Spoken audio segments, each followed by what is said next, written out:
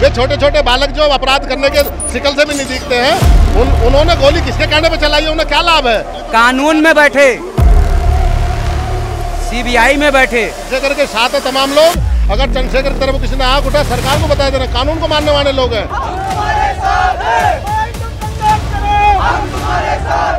हम ये कहते हैं कि अगर पकड़े गए हैं तो उनका नार्कोटिक्स के पीछे किसका हाथ है? तो अगर इकट्ठा होना है तो क्यों ना ये मायावती और चंद्रशेखर एक दूसरे साथ मिला लें, नार्कोटिक्स की जांच की जाए, सीबीआई जांच की जाए। अब तक उसको जो ना बीच चौराहे पे खड़े कर गोली मार देनी चाहिए। हिंदुत्व में ही आते हैं और बीजेपी हिंदू राष्ट्र की बात करता है, हिंदुत्व की बात करता है, भगवा की बात करता है, तो क्या आप लोग वहाँ फिट नहीं हो पाते हैं उस चीज़ में? नमस्कार, आप देख रहे हैं news 1 India. Bhim army chief Chandrashekhar Azad ने आज अपने समर्थकों से आह्वान किया है और दिल्ली के जंतर मंतर पर बुलाया है। यहाँ पर हजारों की संख्या में लोग, उनके समर्थक इकट्ठा हैं और आज ये बताने के लिए उन्होंने बुलाया है कि आखिर उन पर हमलावर कौन थे और पुलिस ने उन पर क्या कार्रवाई की, क्या नहीं की। उसी को लेकर के हजारों की संख्या में यहाँ पर समर्थक उनके आ चुके हैं और इतना ही नहीं, आरएलडी के समर्थक भी यहाँ पर मौजूद है। तो हम जानते हैं समर्थकों से कि आखिर वो क्यों यहाँ इकट्ठा हुए हैं। सबसे पहले आप यहाँ पर क्यों आए हैं? भैया ने बुलाया, चंद्रशेखर आजाद भाई ने। तो आज यहाँ पर आने का कारण क्या रहा? कारण क्या, भैया को सिक्योरिटी मिलनी चाहिए। सिक्योरिटी मिलनी चाहिए। हाँ, और कुछ क्या, बस अपने 2024 का इलेक्शन है, उसमें आगे बढ़ेंगे। आप कार्य करते हैं? मैं विधानसभा उपाध्यक्ष हूँ और लोकसभा नगीना से भैया के लेकर हम आए हैं। जो भैया पर हमलावर हुआ था 28 जून को, जो घातक हमला किया था, ताबड़तोड़ गोलियां चलाई गई थी, तो हम चाहते हैं उनमें उनका जो हमलावर है उनका नार्को टेस्ट हो और उनको जो है भैया के जो हमलावर थे उनकी सीबीआई जांच हो और भैया को Z+ सुरक्षा मिले। उसके साथ हम यहाँ पर आए हैं। तो Z+ सुरक्षा की मांग की जा रही है और हमलावरों की अच्छी तरीके से जांच की जा रही है। यहाँ पर मुझे कुछ बुजुर्ग नजर आ रहे हैं। सर, स्वागत है आपका। ये बताइए, यहाँ पर इतना जनसैलाब आया हुआ है चंद्रशेखर आज़ाद के समर्थन में, तो सबका एक ही मत है कि वाकई उन्हें Z+ सिक्योरिटी मिलनी चाहिए, हमलावरों पर पूरी कार्रवाई होनी चाहिए, या फिर इसके अलावा भी आगामी चुनाव को लेकर के भी कोई बात है? चुनाव की बात तो बात की है, या सदियों से दलितों पिटता आया है, बाबाओं को, महाराज को, पाखंडियों को Z+ सुरक्षा दे रही है। और इतने बड़े जो दलितों के लड़ाई को सड़क पर लड़ते हो, मजदूरों की, कमेरों की लड़ाई को लड़ने वाला, उस पर हमला हो जाता है, सुरक्षा नहीं दे रही। ये सरकार का निकम्मापन नहीं तो और क्या है ये? इसलिए सब यहाँ इकट्ठे हुए हैं। चंद्रशेखर के साथ है तमाम लोग। अगर चंद्रशेखर की तरफ किसी ने आंख उठा, सरकार को बता देना, कानून को मानने वाले लोग हैं। ये जितनी सड़क पे आ गए, तो जिस तरह सैलाब यहाँ दिख रहा, पूरे देश में सैलाब आने में सेकंड नहीं लगेगी। सरकार को समझ लेना चाहिए इस बात को। जिन लोगों ने हमला किया था उनको गिरफ्तार किया गया UPSCF के द्वारा, यूपी पुलिस के द्वारा, तो क्या उससे सहमत नहीं है?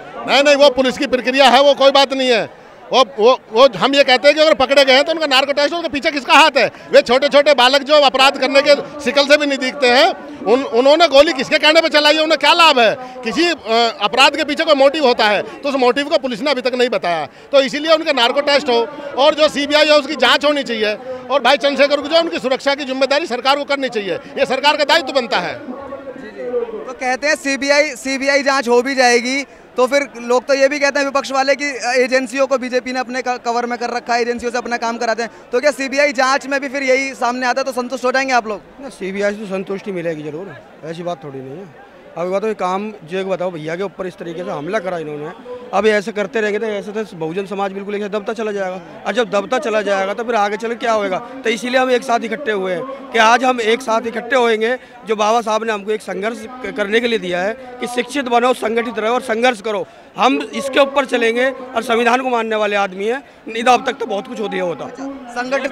संगठित से मुझे याद आया, सर मैं आपसे पूछना चाहूँगा कि दलितों को लेकर के चंद्रशेखर आज़ाद भी काफ़ी काम करते हैं, कि उनकी आवाज़ उठाते हैं, दूसरी तरफ मायावती भी सेम चीज़ करती हैं, तो अगर इकट्ठा होना है तो क्यों ना ये मायावती और चंद्रशेखर एक दूसरे साथ मिला लें? देखो, बहुत अच्छा आपने सवाल किया है और मैं आपके न्यूज़ चैनल के माध्यम से बता देना चाहता हूँ कि भाई चंद्रशेखर ने कभी भी कहीं भी कोई कसर नहीं छोड़ी बहन जी से पक्ष में आने के लिए। वो आज भी उनका सम्मान करते हैं, हम भी सम्मान करते हैं, क्योंकि ये जो समाज है ये सारा बीएसपी वाला ही समाज है। और आज अगर कहीं कटा हुआ है, कहीं नाराज हुआ है, तो वो कहीं ना कहीं माननीय बहन जी की गलती है, कमी है। और अगर वो चाहें तो जैसा राष्ट्रीय अध्यक्ष चंद्रशेखर आज़ाद जी कहते हैं कि वो मेरी बुआ हैं और सम्मान करते हैं, वो आज भी सम्मान करते हैं। वो कहते हैं कि कुछ भी हो अगर हम मंच की बात करें तो ये हमारा एक परिवार है। बहन जी हमसे अलग नहीं है, वो हमारी बुआ जी हैं और एक ही परिवार के हम बच्चे हैं। लेकिन वहीं बहन जी के कटाक्ष होते हैं कि मेरा कोई भतीजा नहीं है। मतलब हम तो मिलने की कोशिश कर रहे हैं, हम तो अपने परिवार को और बढ़ाना चाह रहे हैं। भतीजे तो अखिलेश यादव भी उनके बोलते हैं बुआ भतीजे। हाँ, तो वो नहीं मानती ना, अब वो उनको भी मना कर देती हैं। तो कहीं ना कहीं ये हमें सोचना पड़ेगा कि या तो उम्र का तगाजा मान लो या ये समझ लो कि सरकार का उनके ऊपर प्रभाव है। इस प्रभाव के कारण वो इन दोनों बच्चों को एक्सेप्ट नहीं कर पा रही है। तो कुल मिलाकर के अगर मान लीजिए आज के दिन आप लोगों को न्याय मिल जाता है, सीबीआई की जांच हो, केंद्र सरकार क्वालिफाई कर देती है आप लोगों के लिए, तो आप लोग यहाँ से हट जाएंगे, ये सारा के सारा आज का आपका बंद हो जाएगा। लेकिन अगर दूसरी तरफ कुछ नहीं होता है, सरकार की तरफ से कोई एक्शन लिया ही नहीं जाता है, तो फिर आप लोग क्या करेंगे? आंदोलन करेंगे, दोबारा आंदोलन करेंगे भाई। आंदोलन होगा और जगह जगह पूरा भारत बंद कर दिया जाएगा। अगर आज जो हाई कमान का आदेश आ जाएगा, भीम आर्मी हाई कमान का आदेश आ जाएगा, हम उसी पे अटल रहेंगे। अगर बोल दिया जाएगा प्रदेश चक्का जाम होगा, यात्रा बंद करनी पड़ेगी, गाड़ी यात्रा बंद करेगी, रोड बंद करना पड़ा, रोड पे सोएंगे, लेकिन जाम तो जाम हो जाएगा। हाई कमान जो हमारा कहेगा हम उसी पे अटल रहेंगे। हमारे चंद्रशेखर आज़ाद भैया जो कहेंगे उसी पे हम अटल रहेंगे। और Z+ की सुरक्षा और नार्को टेस्ट बीजेपी को करानी ही पड़ेगी। कानून में बैठे, सीबीआई में बैठे लोग भी कानून पढ़ के ही आए हैं, बाबा साहब का अम्बेडकर के ही। लेकिन जो कार्य को करता है उस कार्य को आदमी अपना धर्म समझ के कार्य करता है। सीबीआई अपना काम कर रही तो अपना धर्म समझ के ही काम कर रही है। वो अपने धर्म के साथ गद्दारी नहीं करेगी। सीबीआई जांच करेगी, निष्पक्ष और सही तरीके से करेगी। आज भी इंसानियत जिंदा है, आज भी लोगों का ज़मीर जिंदा है। समझ गया आपकी बात। तो यहाँ पर बहुत आक्रोशित है समर्थक और सभी की यही मांग है कि नार्कोटिक्स की जांच की जाए, सीबीआई जांच की जाए, किसने हमला किया, क्या कारण थे, और बराबर जो है सिक्योरिटी भी चंद्रशेखर आज़ाद रावण को प्रोवाइड की जाए। हम और लोगों से भी बात करेंगे, बने रहिए हमारे साथ। तो जैसा कि हमने आपको बताया था, यहाँ पर सिर्फ भीम आर्मी के सपोर्टर्स नहीं है, कार्यकर्ता नहीं है, RLD के भी यहाँ पर काफ़ी कार्यकर्ता हैं। तो मैं आपका स्वागत करता हूँ यहाँ पर। क्या लग रहा है कि RLD किस तरीके से भीम की इस लड़ाई में? देखिए, ऐसा है, हमारे राष्ट्रीय अध्यक्ष माननीय जयंत चौधरी जी आज राज्यसभा में इस मुद्दे को पुरजोर तरीके से उठा रहे हैं और वो अभी आपके बीच में पहुंचने वाले हैं। मैं इस समय नगर पंचायत पतला का चेयरमैन हूं, योगेंद्र सिंह मेरा नाम है, राष्ट्रीय लोकदल का पुराना कार्यकर्ता हूं। ये भाई गौतम जी हैं, ये मोदी नगर से चुनाव लड़े बड़े मजबूती के साथ RLD से। हमारा चंद्रशेखर भाई का बहुत बड़ा गठबंधन है, संगठन है। चंद्रशेखर जी चुनाव में हमारे यहाँ पतले में आए, मोदी नगर में आए, पतले में हमें उसका बहुत लाभ हुआ। इनके समाज की वोट हमें बहुलता में मिली और बसपा के प्रत्याशी की जमानत जब्त हुई। चंद्रशेखर वो चीज़ है और चंद्रशेखर उभरता हुआ सितारा। ये भाजपा के लोग, खास तौर से ठाकुर समुदाय, योगी समुदाय के लोग नहीं चाहते कि चंद्रशेखर आज़ाद जैसा व्यक्ति, नौजवान चेहरा आगे बढ़े। क्योंकि मुझे लगता है आपको काफ़ी अनुभव है, मैं ये भी पूछना चाहता हूँ, क्या चंद्रशेखर आज़ाद आपने बताया उभरते हुए लीडर हैं, क्या उनके अंदर आपको देश का अगला प्रधानमंत्री भी नजर आता है? हाँ, आने वाले 2024 के चुनाव में जो इंडिया का गठन हुआ है कोई रोक नहीं सकता। इंडिया की सरकार बनेगी, प्रधानमंत्री चाहे कोई भी हो, लेकिन एनडीए खत्म हो जाएगा पूर्ण तरीके से। अभी एनडीए वर्सेस इंडिया चल रहा है, एनडीए अब एक तरफ है और इंडिया में बाकी दलों के जो है सारे के सारे संगठन एक तरफ हैं। तो क्या लग रहा है, ये भारी पड़ेगा एनडीए पर या फिर नहीं? इंडिया भारी पड़ेगा, एनडीए खत्म हो जाएगा। क्योंकि इसके अंदर चाहे वो ममता बनर्जी हो, चाहे आपके अखिलेश यादव हों, चाहे आपके अरविंद केजरीवाल हों, गठबंधन जो है वो इंडिया शब्द को जो भारत के संविधान में लिखा हुआ है, we the people of India, उसे सार्थक करने जा रहा साथियों। बस इतना कहेंगे हम। और जो बाकी उनका एनडीए है उसमें भी बहुत सारे एंड होने जा रहा है, उसका एंड होने जा रहा है। 2024 के चुनाव में पता चल जाएगा। हम बहुजन समाज 2024 के चुनाव आने वाले में इस सत्ताधारी सरकार को उखाड़ कर फेंक देंगे। हम उस समाज से आते हैं जिसने चट्टान का सीना चीर कर रास्ता खोज दिया। हम तो उस दशरथ मांझी की परिवार से आते हैं और ये सत्ताधारी क्या चीज़ है, इसको तो हम आने वाले 2024 में उखाड़ कर फेंक देंगे। लेकिन कहते हैं अगर सरकार ने वहाँ पे पहले से ही रोड बना दिया होता तो दशरथ मांझी को पहाड़ तोड़ने की जरूरत ही नहीं पड़ती। सरकार रोड बनाती तो ये मोहल्ला नहीं होती, क्योंकि निकम्मी सरकार है, ये तो सिर्फ अपना पेट भर रही है। सिर्फ मोदी जी की सरकार निकम्मी है या जो इससे पहले कांग्रेस की थी वो भी? जी मोदी सरकार से तो कुछ भी नहीं हुआ जी, बताओ यार। और ये मणिपुर में जो घटना हुई है सबसे गंदी घटना हुई है, बहुत गंदा कृत्य हुआ है मणिपुर में। तो बोलते बेटी बचाओ बेटी पढ़ाओ, काहे की बेटी सुरक्षित है बताइए आप हमें? कितना गंदा महिलाओं को निर्वस्त होकर घुमाया कि नहीं घुमाया? तो ये क्या है, इस पर क्यों नहीं सवाल उठा रही सरकार? अच्छा, मणिपुर की घटना का अगर सर जिक्र हुआ ही है तो कल बहुत बड़ी खबर थी, कल हमने पूरे दिन न्यूज़ चैनल पर ये खबर चलाई है क्योंकि ये शर्मनाक कर देने वाली खबर थी। प्रधानमंत्री मोदी ने 2 टूक शब्द बोले हैं कि भैया कार्रवाई होगी और बस फिर वो निकल ली है। इस पर क्या कहना है? एक मिनट भाई, ये बता दो क्या महीने पुरानी घटना है? वो अब खुली है ना, सोशल मीडिया के माध्यम से बाहर आई है। उससे पहले सरकार सो रही थी, निकम्मापन नहीं है सरकार का। और जब पता लगी तो उसके बाद भी जो है ना उस पर दुख व्यक्त कर रहा है। अब तक उसको जो है ना बीच चौराहे पे खड़े कर गोली मार देनी चाहिए ऐसे आदमी को। इतनी घृणित घटना करिए, अगर आप देख लो तो आपके भी रोंगटे खड़े हो जाएंगे। आप खुद कहेंगे साले को मार दो चौराहे पे से खड़े करके। राष्ट्रपति मुर्मू जी हैं, उसी समाज की बेटियों के साथ में ये काम हो रहा है, तो हम क्या है? हाँ, देश की बेटी है, हम ऐसी समाज से आते हैं। राष्ट्रपति मुर्मू और वो समाज आप लिंक कर रहे हैं वो चीज ठीक है, लेकिन देश की बेटी तो देश की बेटी रहेगी, किसी भी देश की बेटी के साथ। सरकार है, इतनी निकम्मी सरकार है, ये बोलती है बेटी बचाओ बेटी पढ़ाओ। ना तो इनके इस सरकार में कोई बेटी सुरक्षित है, ना ही कोई स्कूल में कोई अच्छी शिक्षा दी जा रही है। प्राइवेट, सारा कुछ प्राइवेट को दे दिया जा रहा है और बस यही सब कुछ है, बाकी कुछ नहीं है। देश बेचा जा रहा है। देखो इसने क्या क्या नहीं बेच दिया।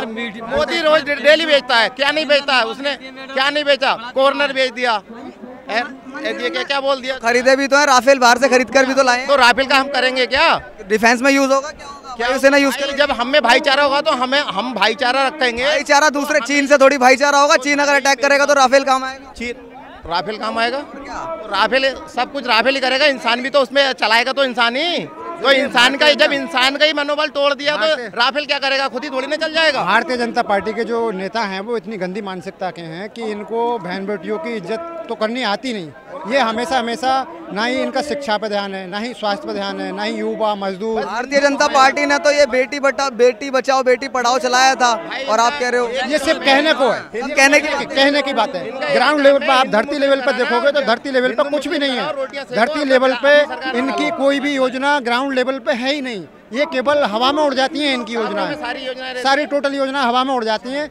ये लोग तो गंदी समर्थकों का यही कहना है कि भारतीय जनता पार्टी की योजनाएं सारी हवा में रहती हैं और सरकार के खिलाफ बहुत समय से भरे बैठे थे। अब जाकर के समर्थक फूटे हैं और समर्थकों से ही बात करेंगे कि आखिर क्या चल रहा है भीम आर्मी में और साथ में जो आरएलडी जुड़ी हुई है और समाजवादी पार्टी के भी कुछ लोग हमने देखे हैं, तो और लोगों से बात करते हैं आज।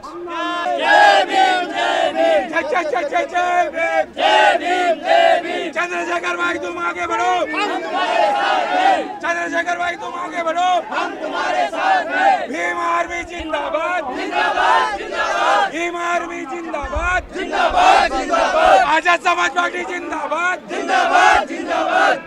भीम आर्मी शेरों की, भीम आर्मी शेरों की।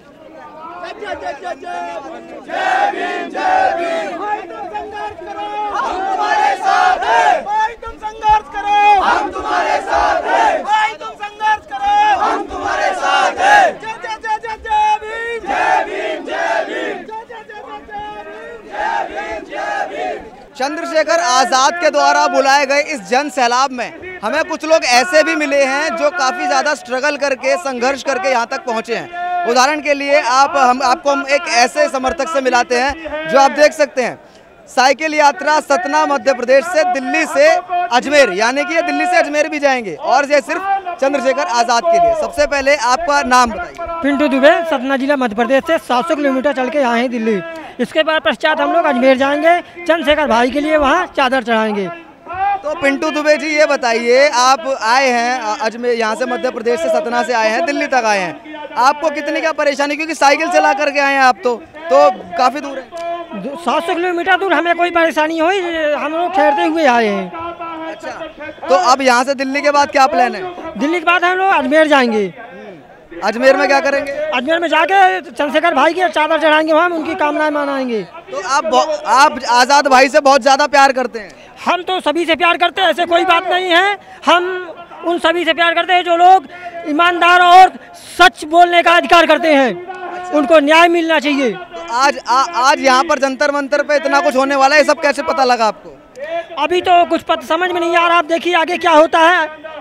ठीक है, तो मैं ये और पूछना चाहूँगा कि भाई लोग तो बहुत प्यार करते हैं, यहाँ पे जितने कार्यकर्ता हैं काफ़ी ज़्यादा प्यार करते हैं तभी आए हैं, लेकिन साइकिल चला करके 700 किलोमीटर से आना ये बहुत अलग लेवल का है। तो ये मोटिवेशन कहाँ से आता है आपके अंदर? बात कुछ नहीं, हम लोग एक हमारे भाई अत्तू खान जो है संभाग अध्यक्ष हैं, उनके साथ हम आए हुए हैं। वो भी साइकिल से आए हैं? वो भी साइकिल से आए हुए हैं। अच्छा, तो यहाँ पर आप देख सकते हैं अकेले नहीं है ये, इनके साथ और भी लोग हैं जो साइकिल से आए हैं। तो यही है जो प्यार जगाता है, यही है जो किसी पार्टी या किसी संगठन के प्रति एक अपनी इच्छा को, अपने प्यार को आगे लेकर के आता है। उसी के लिए यहाँ पर ये आए हुए हैं। अभी और कार्यकर्ताओं से बात कराएंगे कि कितना सीरियस ये जो मुहिम है ये होने वाली है चंद्रशेखर द्वारा और आज़ाद पार्टी द्वारा। तो मेरे साथ किशन जाटव जी हैं जो कि भीम आर्मी के दिल्ली प्रदेश अध्यक्ष हैं। इनसे बात करते हैं कि आज क्या कुछ यहाँ पर होने वाला है। किशन जी, आपका स्वागत है। यहाँ पर इतना सारा जनसैलाब जो है आप लोगों ने बुलाया हुआ है, इसका कारण बताइए सबसे पहले। देखिए, सबसे पहले आपके चैनल के माध्यम से सभी को क्रांतिकारी जय भीम, नमो बुद्धाय। मैं किशन जाटव, और जैसा कि आप देख सकते हैं कि यहाँ पे कितना जनसैलाब है, और ये इसी वजह से है कि जो समाज की आवाज़ उठा रहे हैं बड़े भाई चंद्रशेखर आज़ाद जी, तो उनके ऊपर जो जानलेवा हमला हुआ है वो तो कायर लोग थे जो पीछे से वार कर रहे हैं। अगर अपनी असलियत माँ का दूध पिया है तो टाइम रख के आ जाए कोई भी। तो यही चीज़ दिखाने के लिए हम आए हैं कि समाज को कमज़ोर ना समझा जाए, और जो ये शख्स है ना, ये समाज की जान है, और इसके लिए तो और कोई खून दे या ना दे, मैं खून देने के लिए तैयार हूँ। तो हम तो ऐसे लोग हैं जो समाज के लिए एनी टाइम खड़े रहते हैं। तो आज क्या मांगे हैं आपकी? मांग यही है कि चंद्रशेखर भाई को सबसे पहले तो सिक्योरिटी दी जाए। जब एक भगत जी, जो ये क्या नाम है उसका, ये बागेश्वर धाम ये जितने भी फलाना धीरेन्द्र शास्त्री, इनको मिल सकती है Z+ सिक्योरिटी। ये तो जब भी पाखंड की तरफ हमारे लोगों को बढ़ावा दे रहा है। ये तो वो शख्स है जो हमारे समाज के लिए लड़ रहे हैं, दबे कुचले वर्ग के लिए लड़ रहे हैं, किसानों के लिए लड़ रहे हैं, दलितों के लिए लड़ रहे हैं, तो इनको क्यों ना दे सकते? तो धीरेन्द्र कृष्ण शास्त्री से सिक्योरिटी हटा देनी चाहिए। क्या चीज? धीरेन्द्र कृष्ण शास्त्री की सिक्योरिटी हटा देनी, सिक्योरिटी हटनी चाहिए। वो कौन सा गवर्नमेंट पद पे है? इस संविधान के हिसाब से जो गवर्नमेंट पद पे है, जो मुख्यमंत्री, मंत्री और आपका जो प्रधानमंत्री है, इनको मिलनी चाहिए सिक्योरिटी का प्रतिनिधित्व। हाँ, वो तो अगर वो भगवान के इतने ही हितैषी है, भगवान उनके डायरेक्ट कांटेक्ट में है बजरंगबली जी, तो फिर तो बजरंगबली उसकी हेल्प करेंगे ना। वो सिक्योरिटी क्यों लेके घूम रहा है? भाई ये तो वो शख्स है जो ये कहता है कि भगवान है कहाँ। इन्हें भगवान पे भरोसा नहीं है, हमें भी नहीं है। ये हमारे लिए आवाज उठा रहे, तो इनकी अगर सुरक्षा करेंगे तो हम करेंगे, अगर वो नहीं देना जानते तो हम लेना जानते हैं बहुत अच्छे से सिक्योरिटी। अच्छा, मैं ये कह रहा हूँ किशन जी, अगर आज नहीं मिलती है, आप लोगों की जो मांग है, सुरक्षा नहीं दी जाती चंद्रशेखर आजाद को, फिर नेक्स्ट स्टेप क्या होगा आपका? देखिए, नेक्स्ट स्टेप के लिए भैया बताएंगे, जो भैया कहेंगे उसके लिए हम आंख बंद करके तैयार है हर तरीके से। और अगर सुरक्षा दे दी गई उसके बाद? सुरक्षा दे दी गई तो बहुत अच्छी बात है। हमें यही लगेगा कि हमारा जो समाज के ये कहते हैं कि हम ऊंच नीच नहीं करते, तो हम ये समझ लेंगे कि ये भीम आर्मी की ताकत है कि जो वो ऊंच नीच का 1% कम हो चुका है। जो वो ये कह रहे हैं कि हम सिक्योरिटी देने के लिए तैयार है, तो ये डर रहेगा उनको, और रहना भी चाहिए भीम आर्मी का डर किसी में। तो देखिए, वैसे जो हमला हुआ था पिछले महीने, उसमें 4 आरोपियों को गिरफ्तार किया गया था, तो क्या आप लोग उससे सहमत नहीं है कि गलत गिरफ्तारी हुई है या फिर कोई षड्यंत्र है? वहाँ पर क्या लग रहा है आपको? देखिए, मैं बताता हूँ, गिरफ्तारी हुई, 307 का मुकदमा लगा उन पे, जानलेवा हमला। 307 के मुकदमे में आपके हिसाब से कितने दिन की जेल होनी चाहिए? 307 में 7 साल की जेल होती है। 7 साल की होती है। अगले अगर मर्जी से करा है तो फिर 7 साल की, और बिना मर्जी से करा तो फिर 3 साल की। 3 साल कम से कम होती है। दोनों अगर देखे जाए, 307 में 3 साल या 7 साल की होती है। ऐसा कौन सा संविधान है इस भारत में, या इनके हिसाब से संविधान है बीजेपी वालों का, कि जो ये 24 घंटे के अंदर जेल से बाहर आ गए वो लड़के, और जब जेल से बाहर आए हैं तो हंसते हुए आए हैं। और जो दलित समाज के वहाँ पे 2 पुलिस वाले थे, उन्होंने इस चीज की आवाज उठाई तो उनको भी बर्खास्त कर दिया उनके पुलिस कर्मियों ने। तो ये कहीं ना कहीं गुंडा राज चल रहा है। ये यूपी पुलिस की तरफ से गुंडा राज है, यूपी सरकार की तरफ से है, या फिर केंद्र सरकार? क्या लग रहा है? देखिए, मैं बताता हूँ, यूपी की सरकार लो या केंद्र की सरकार लो, है एक ही सरकार। ये एक ही थाली के चट्टे बट्टे, कटोरी चम्मच में हो या कटोरी और चम्मच प्लेट में हो, रहेंगी प्लेट में ही। तो ये मोदी के चमचे हैं सारे, चाहे योगी को ले लो, चाहे सरकार को ले लो, ये सारे के सारे लोग मोदी के उसमें एजेंडे में काम कर रहे हैं, और हम ये चीज नहीं सहन करेंगे। आज अगर टाइम मिलता है तो मैं अपना खून देने के लिए तैयार हूँ चंद्रशेखर भाई के लिए, ये समाज के लिए। ये नहीं कि मैं अंधभक्त हूँ, समाज के लिए जो आदमी काम करेगा उसके लिए मैं काम करने के लिए तैयार हूँ, खून देने के लिए तैयार हूँ। जैसे प्रधानमंत्री मोदी हैं, वो जिस तरीके से गांधी जी की इज्जत करते हैं, पटेल की इज्जत करते हैं, अंबेडकर जयंती पे अंबेडकर जी की भी इज्जत करते हैं, उनका बनाए हुए संविधान पे देश चलता है, तो ये दलितों से क्या समस्या हो सकती है मेन सरकार को? देखिए मैं बताता हूँ, बीजेपी सरकार का सबसे बड़ा एजेंडा रहता है ये गाय को बचाओ। आप जाके यूपी में देखिए, सबसे ज्यादा गाय मर रही हैं। ये सिर्फ न्यूज में दिखाने के लिए होते हैं कि एक गाय को बचाना गऊ माता है। सांड भी तो तुम्हारे अब भाई उन्हें बचाओ, वो मौसी है तुम्हारी भैंस उन्हें बचाओ। तो ऐसे ही इनका एजेंडा है, सिर्फ टीवी पे दिखाने के लिए। दलित इनका भाई है, हिंदू है, और जब ग्राउंड लेवल पे देखोगे तो दलित इनकी जूती की धूल है। और ये आज का वो समय है जो अम्बेडकरवादी लोगों का समय है। जूती की धूल हम उसे बना देंगे जो हमें समझेगा, हम अच्छे से समझाना चाहते हैं। दलित भी हिंदुत्व में ही आते हैं और बीजेपी हिंदू राष्ट्र की बात करता है, हिंदुत्व की बात करता है, भगवा की बात करता है, तो क्या आप लोग वहाँ फिट नहीं हो पाते हैं उस चीज में? अगर दलित हिंदुओं में आता है, मनीषा वाल्मीकि कांड हुआ था, मैं तो ऐसे आपके हिंदुत्व वाले किताबों को, ग्रंथों को लात मारता हूँ जिसमें मनीषा वाल्मीकि जैसी लड़की जो दलित समाज से थी, उसको केरोसिन से आग लगा के उसको केरोसिन से उसकी वो कर दिया, बताइए, उसे जला दिया। आपके हिंदू धर्म में लिखा है कहीं कि केरोसिन से आग लगाओगे?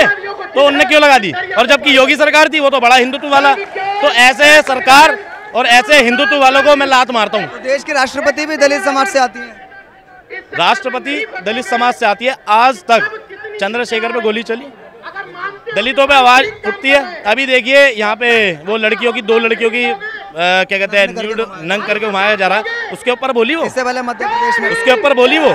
नहीं बोली ना।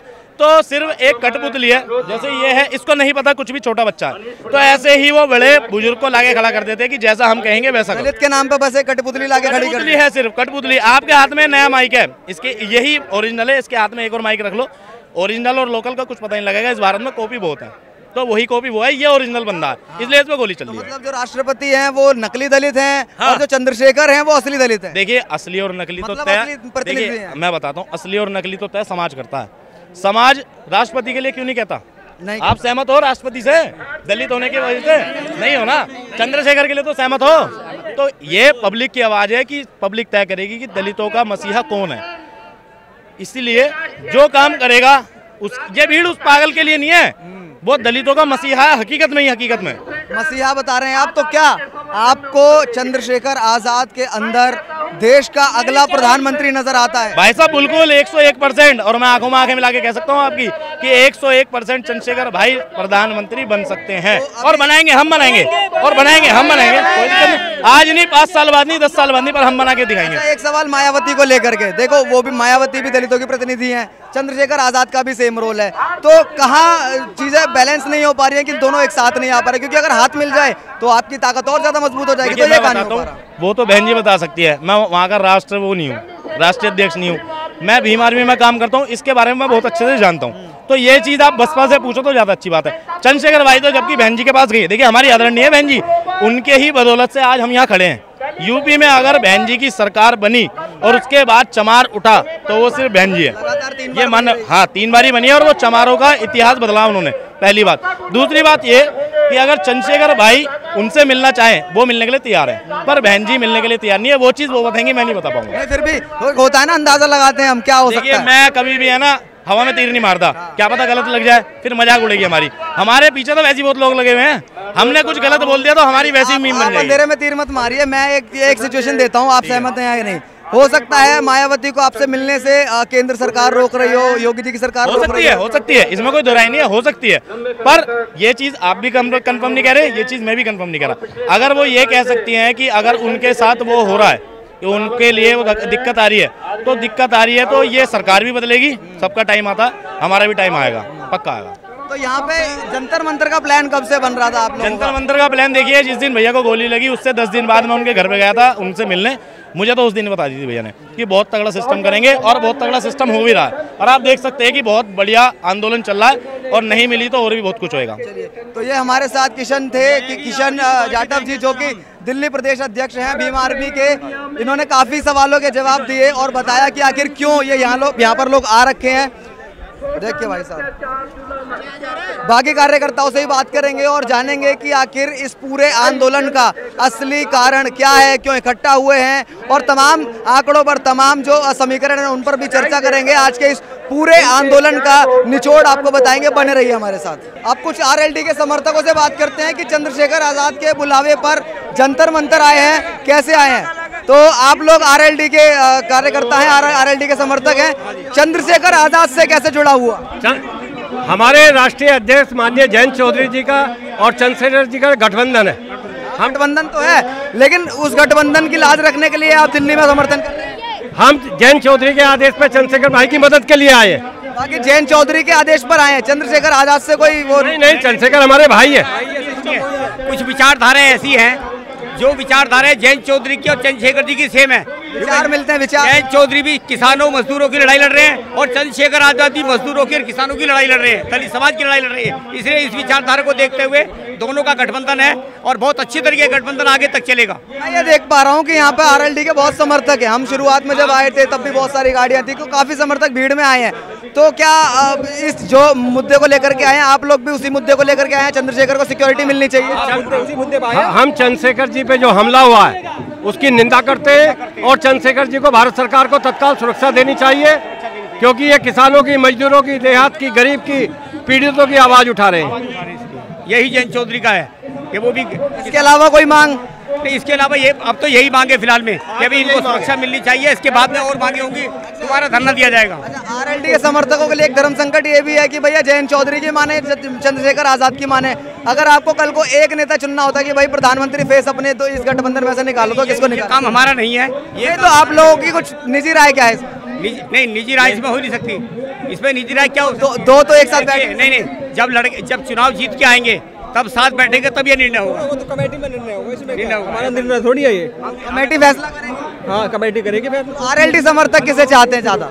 हम तो देखो, एक बात सुनो, ये एक यूनिवर्सल ट्रूथ है, जो जिस पार्टी में होता है उस पार्टी के नेता को, अपने नेता को शीर्ष पे देखना चाहता है। जयंत चौधरी जी उत्तरी भारत के किसानों के, मजदूरों के सबसे बड़े नेता हैं। चौधरी चरण सिंह जी के पोते हैं, अजीत सिंह जी के बेटे हैं, 3 पीढ़ियों से लगातार लड़ाई लड़ रहे किसानों की।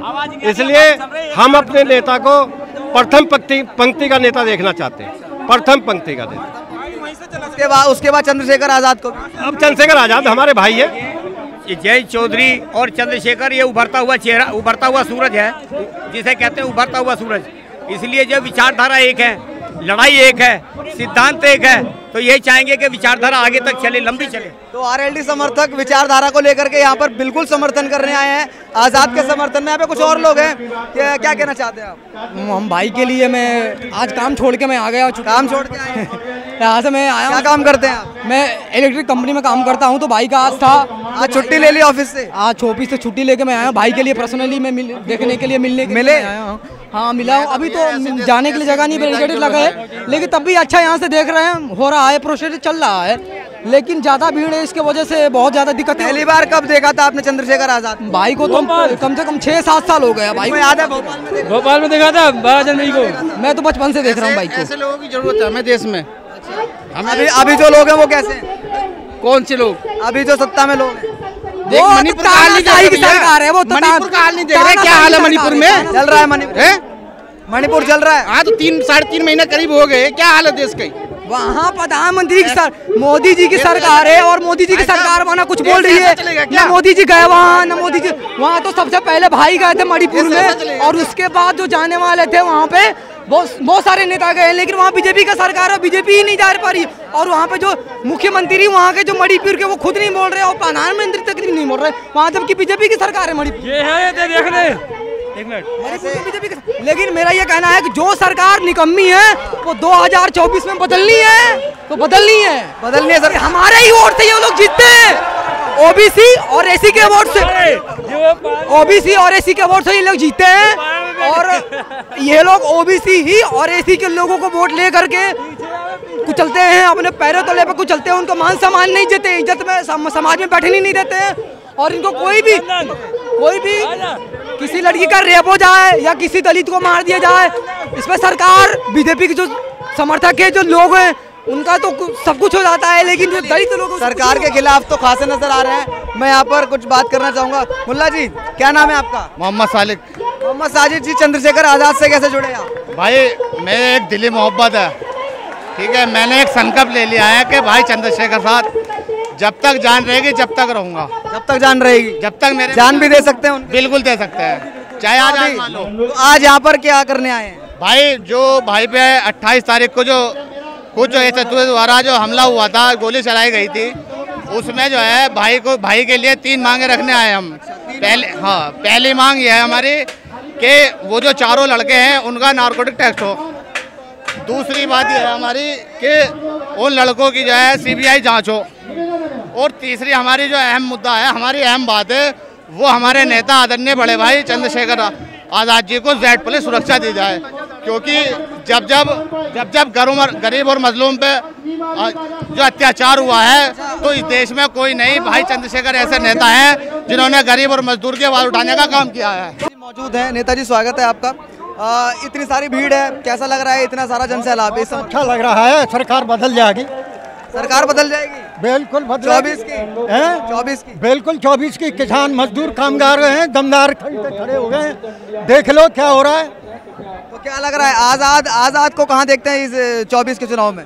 24 चुनाव दमदार चौधरी साहब के साथ खड़े, कंधा से कंधा, 1 और 1 11 हो गए, 1 और 1 11 हो गए। जयंत चौधरी और चंद्रशेखर आजाद और जयंत चौधरी जी दोनों मिलकर 11 हो गए। अब तो दलितों, कामगार और किसानों की सरकार होगी। ठीक है, युवा अध्यक्ष चंदन चौहान जी हैं। चौहान जी, आज किस उपलक्ष्य में आए आप? आज जंतर मंतर पे आजाद समाजवादी पार्टी द्वारा एक बड़ा धरना प्रदर्शन की मांग करी। यहाँ राष्ट्रीय लोकदल के हमारे राष्ट्रीय नेता आदरणीय जयंत चौधरी जी अपना समर्थन पूरी पार्टी के साथ देने आए, और हम चाहते हैं आपके मन से कहना कि CBI जांच हो इस जो है हमले की, और सुरक्षा सुनिश्चित करें, क्योंकि आज दबे कुचलों की, अल्पसंख्यकों की, पिछड़ों की, दलितों की, सबकी आवाज़ मिलके आदरणीय चंद्रशेखर आज़ाद जी, जयंत जी और अखिलेश जी मिलके उठा रहे हैं। ये हमारे एसेट्स हैं, ये हमारे हीरे हैं, इन्हें बचाना ये समाज की धरोहर है, ये हम सब की जिम्मेदारी मिलती है।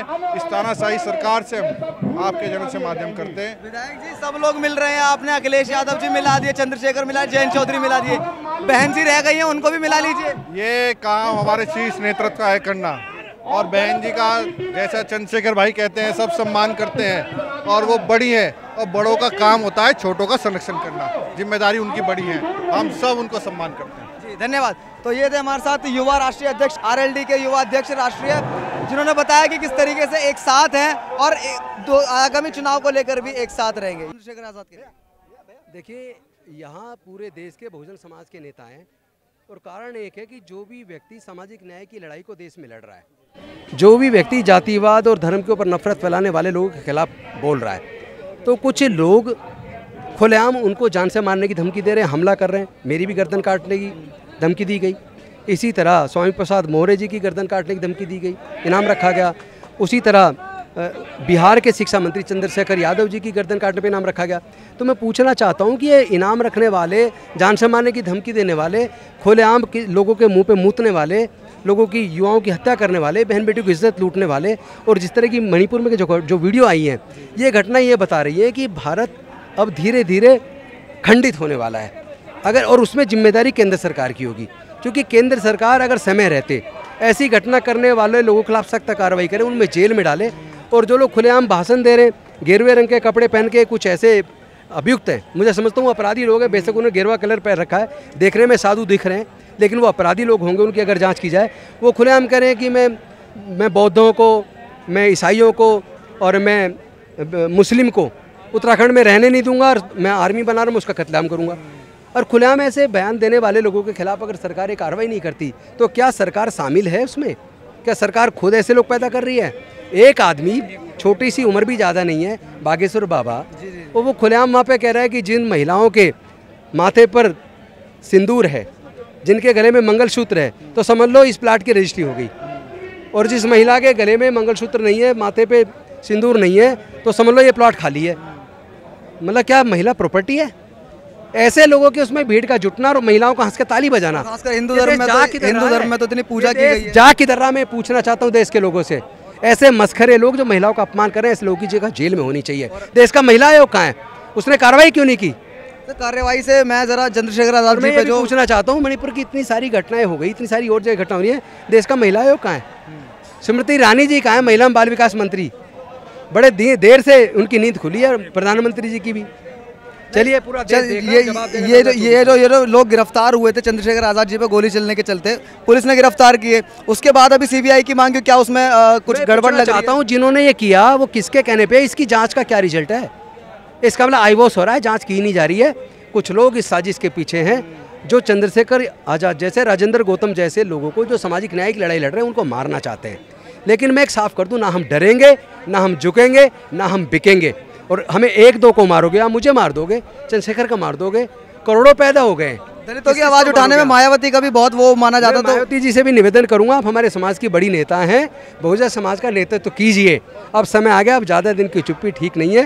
ये समाज और ज़्यादा आपकी चुप्पी को बर्दाश्त करना नहीं चाहता। हम आपको अपना नेता मानते हैं, आप आइए और समाज का नेतृत्व। मंत्री जी एक सवाल और आपसे, बस मायावती अगर चंद्रशेखर आजाद के साथ अगर मिल जाती हैं तो फिर उसका क्या रिजल्ट निकल? मैं तो कह रहा हूँ पूरे बहुजन समाज के नेताओं को एकजुट होना चाहिए। ये देश बचाने की, संविधान बचाने की, देश के प्रजातंत्र को बचाने का अंतिम मौका है सारे बहुजन समाज के नेताओं को, चाहे वो बहन मायावती जी हो, चंद्रशेखर आजाद हो, या मैं हूँ, या कोई और हो, सबको एकजुट हो जाना चाहिए। धन्यवाद। ये तो हमारे साथ राजेंद्र पाल गौतम जी, पूर्व मंत्री दिल्ली सरकार के, जिन्होंने बताया किस तरीके से जो है यहाँ पर आए हैं और आकर के क्या मदद, क्या समर्थन यहाँ पर दिया है इन्होंने चंद्रशेखर आज़ाद जी को। मायावती को लेकर के भी कई बातें कही।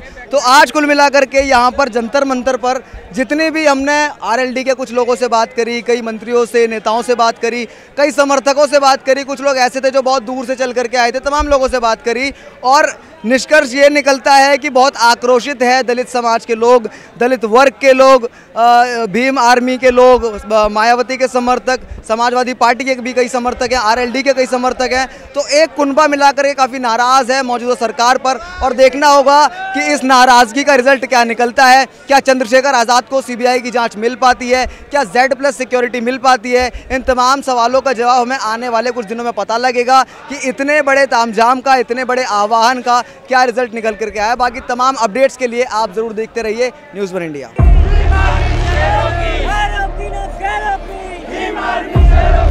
वे छोटे छोटे बालक जो अपराध करने के शिकल से भी नहीं दिखते हैं, उन्होंने गोली किसके कहने पे चलाई है? उन्हें क्या लाभ है? कानून में बैठे,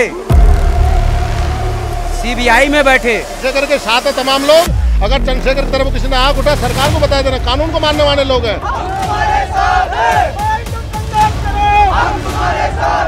हम ये कहते हैं कि अगर पकड़े गए तो उनका नार्कोटिक्स के पीछे किसका हाथ है? तो अगर इकट्ठा होना है तो क्यों ना ये मायावती और चंद्रशेखर एक दूसरे के साथ मिला लें। नार्कोटिक्स की जांच की जाए, सीबीआई जांच की जाए। अब तक उसको जो ना बीच चौराहे पे खड़े कर गोली मार देनी चाहिए। हिंदुत्व में ही आते हैं और बीजेपी हिंदू राष्ट्र की बात करता है, हिंदुत्व की बात करता है, भगवा की बात करता है। तो क्या आप लोग वहाँ फिट नहीं हो पाते हैं उस चीज़ में?